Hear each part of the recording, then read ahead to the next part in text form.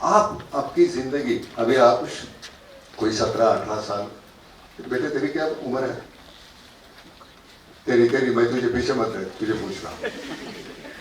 हाँ 20 और मैक्सिमम तू जिएगी 60 साल, 80 साल में तो हम मरेंगे, समझे ना?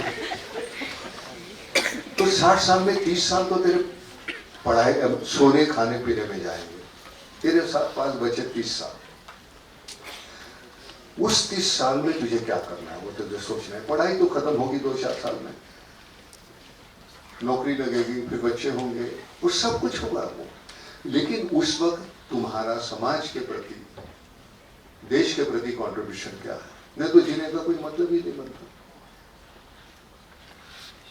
मेरे घर में अगर मेरा एक बेटा है और मेरे पास बहुत कुछ बचता है तो मेरी जिम्मेदारी बनती है और एक बच्चा मैं अडॉप्ट करूं और 2 बच्चे अडॉप्ट करूं।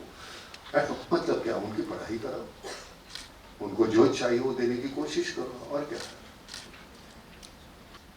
तो देश पहले आता है। हम तो चले जाएंगे, देश नहीं मरेगा। और देश को जिंदा रखना, वो कल्चर को जिंदा रखना, वो परंपरा को जिंदा रखना, अच्छी परंपरा में बात कर रहा हूं, ये हमारी जिम्मेदारी बनती है। और वो जिम्मेदारी जब तक तुम समर्पण नहीं करोगे, सैक्रिफाइस नहीं होगा, तब तक नहीं होगा। और ये सैक्रिफाइस है ही नहीं। जहां खुशी मिलती है वहां हम कहते हैं यार हमको खुशी मिल रही है इसमें से। फेडी पिताना किती आनंद होतो, तितकाच आनंद व्हायला पाहिजे।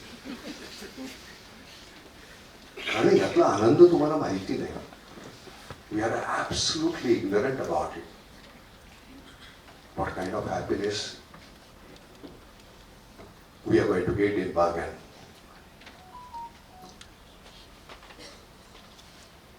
हमारे लिए तो हम जीते ही है, करते ही है।